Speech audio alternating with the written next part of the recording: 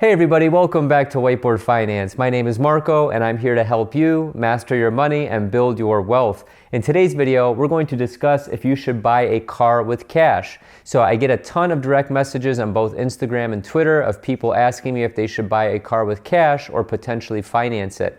So there's a lot of factors that go into this decision. Some are emotional, some are mathematical. So in this video, we're going to go over the benefits of buying a car with cash, some of the disadvantages, and finally, as always, my thoughts at the end. Stay tuned. Okay, so let's go over the benefits first, starting with number one. Number one is no interest payments. So obviously, since you're not taking out a loan on this car, you don't have to pay interest. You have to realize that cars are depreciating assets, which means they lose money over time. They typically go down in value. So new cars lose typically 20 to 30% of their value just in the first year, and then they lose typically 15 to 18% from years 2 to 6. So you're basically losing about 50% of the car's value basically just in the first 3 or 4 years. So when you add interest into this equation, that's basically a double whammy. So let's take a look at this math real quick. Say you're looking at a Hyundai Tucson, the purchase price is $25,000. The down payment is $5,000, which means you're financing $20,000 at 4.5% over 60 months. Down in the comments below, let's see if you know the answer to this question. What is the interest that you would pay over these 60 months based on this interest rate in this time frame? So you can pause the video, but I'll answer it right now.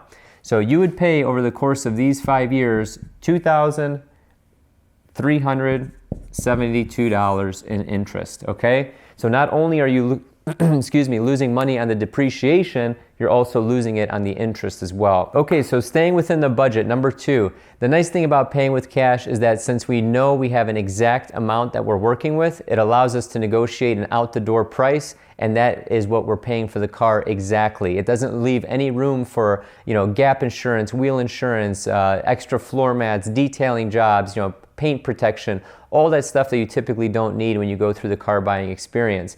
Also, some of us have champagne taste with a beer budget, meaning that we can afford something that's a lot less than what our taste actually wants or requires, okay? And knowing the difference between wants and needs is super important when buying a car. So this is especially true when we actually have a car in mind, but then we go to the lot and find something that's a way nicer trim level, has more options, is newer, less miles, and then we start getting way out of our price range by thousands of dollars. So number two is important because it truly allows us to stay within our budget. Number three is cashback deals. So if you remember earlier this year, I did this video right here where the Carmageddon was coming, and basically a lot of dealerships were offering a lot of crazy cashback and financing deals just to get people onto the lot in order to move some metal. So typically on cashback deals on new cars, some manufacturers offer deals where they can give you advantageous financing, or they can give you a significant reduction off the price of the car with cash back. So if you are financing, say for example with a Hyundai Tucson, they're currently running a financing deal 0% for 72 months or $1,500 cash back. If you have cash to buy the car and you don't want to finance, you can use that $1,500 towards the purchase of your price or the car, and you can get that reduced from the price.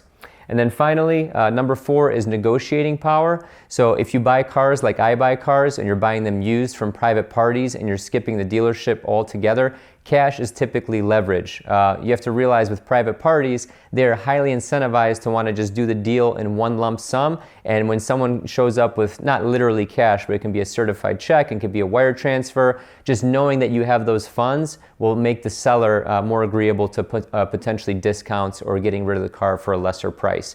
So having cash with private parties is negotiating power in your back pocket. Okay, so let's take a look at some of the disadvantages when buying a car with cash. Number one being the most obvious, that is opportunity cost. So if you can earn a higher rate of return with your money, why would you bury that money into a car, into a depreciating asset? Going back to the beginning of this video, talking about the emotional and the mathematical part of this decision, this is the mathematical part. So if you can get a loan that has a smaller interest rate than your rate of return on, say, some sort of investment, why would you bury that money into the car? So say, for example, we go back to the example of the Hyundai Tucson where it's 4.5% over 60 months or 72 months. I forgot the exact number. If I can get a higher rate of return in a total stock market ETF, why wouldn't I invest that money here outpacing this interest? So the ETF that I'm going to use is a total stock market ETF called VTI from Vanguard. If you're interested in investing, check out the links down below. I have a free training for M1 Finance. But basically VTI over the past 10 years has returned 12.81%. So you can see the difference here. 12.81 is obviously greater than 4.5%. Makes sense? Number two is that you're missing out on potentially really good finance deals. So I know I mentioned this as a benefit when paying cash. If you didn't choose to finance, you're getting the cash back. This is the exact opposite. This is the actual financing deal. So sometimes the financing deals, when you actually run the numbers, are worth more than the cash back deals. So take a look at this. If we go back to that Hyundai Tucson example, and I'm using their 0% 72-month financing, which you can see right here, the total amount of interest that I would have saved over that 72 months is $2,859 if I were to finance it, okay? Compared to the $1,500 in cash back. Makes sense? And then finally, you can say goodbye to your savings. So this is eating up your savings. That's why I said savings RIP. This goes without saying, but don't tap into your emergency fund when buying a depreciating asset or to buy a car. Everyone should have at least 3 to 6 months of emergency funds saved up. And I can't believe when I used to sell cars, I would have people tell me all the time that, hey, this is pretty much all the cash I have. Here's my big down payment, or here's me paying cash for the car. And I would kind of just sit there, with the finance degree selling cars like, what are you doing, dude? But it's just, it would complicate the sale. So it is what it is.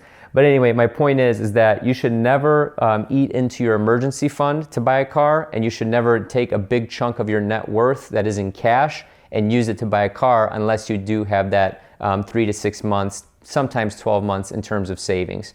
So with all that being said, let's go into my thoughts. Okay, so to wrap this video up, here are my final thoughts at the end. So number one is the most obvious. This is a personal financial decision. So number one is whatever helps you sleep best at night. If you're someone who is completely opposed to having any debt whatsoever, buying a car with cash makes sense if it helps you keep your sanity. If you're someone who likes to invest in other things such as real estate, stocks, Bitcoin, precious metals, etc., and you can out-earn the interest on your loan that you would have done when you didn't pay cash for the car, then it makes sense to do that. So number one is whatever helps you sleep at night and helps put a smile on your face.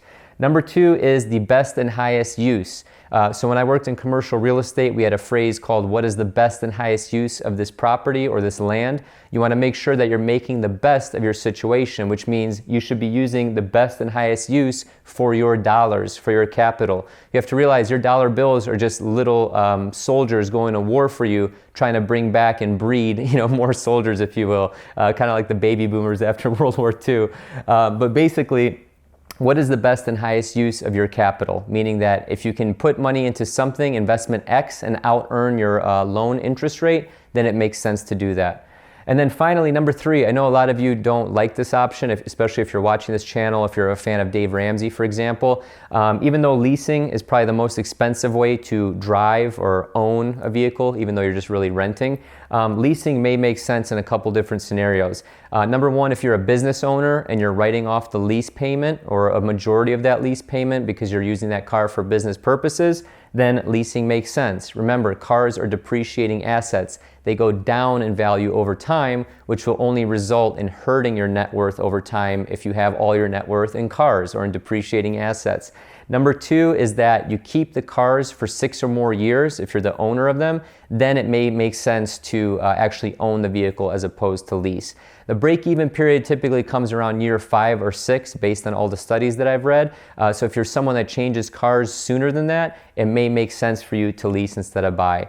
So as always, I hope you got value out of this video. Some good news, I'm actually thinking about starting a school. I'm going to start a school which covers everything from real estate, entrepreneurship, the basics and the foundations of personal finance, and also there will be car buying courses in there as well. I just recently sold my 2003 540 M Sport for $300 more than what I bought it for, and I drove it for a year and a half and for like 5,000 miles. So I'll have a lot of tips and tricks in that course as well on how you can buy used cars and actually make money off them or break even.